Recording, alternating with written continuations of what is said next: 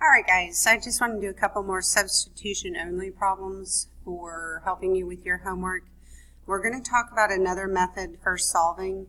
So really, if you're going to do substitution, it's going to be more when it looks like this, where you have a variable already by itself. So when you have a variable already by itself, this says y is 4x. So you're going to take 4x and you got to plug it in for y because that's what it stands for. So we have x plus 4x equals 5. These guys are like terms. Remember, there's actually a 1 there. So 1x plus 4x is 5x equals 5. To solve, you got to divide both sides by 5, and you get x equals 1. So that means when we graph these, if we were to graph them, we know the x value of the coordinate is 1. Once we know one variable, we can plug back in to solve for the other. It does not matter which of these two we pick to find the y value, but this one already says y equals, so I'm just going to plug it in here. X equals 1, so it's 4 times x, where x is 1. So y is going to equal 4. So if I were to graph these two lines, they would cross at the point 1, 4. So this is a 1 solution. If it's not already solved like this, say number 5 up here, look for the variable that doesn't have a number in front of it already. So this y, that's what I'm going to solve for because it's going to be the easiest one to work with. So to get y alone, we're going to subtract 2x from both sides. And this top equation is going to turn into y equals negative 2x minus 2.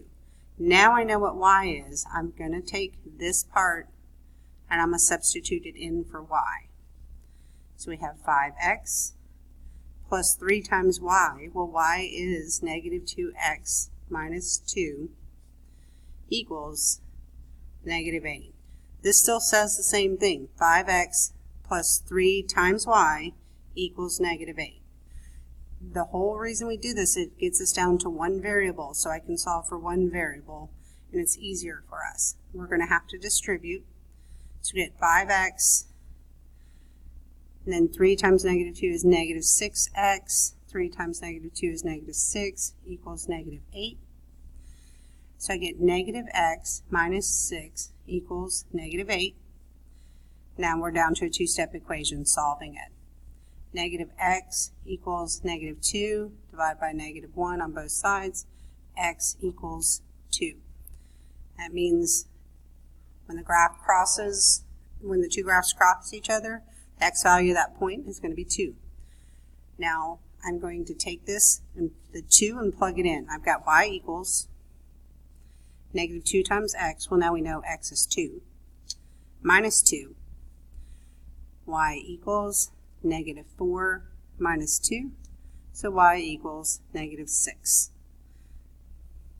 So as a point, it'd be 2, negative 6. Okay?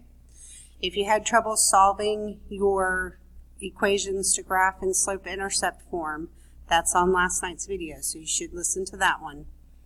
And we will continue graphing tomorrow, and we'll do some elimination problems tomorrow. All right, see you then. Bye.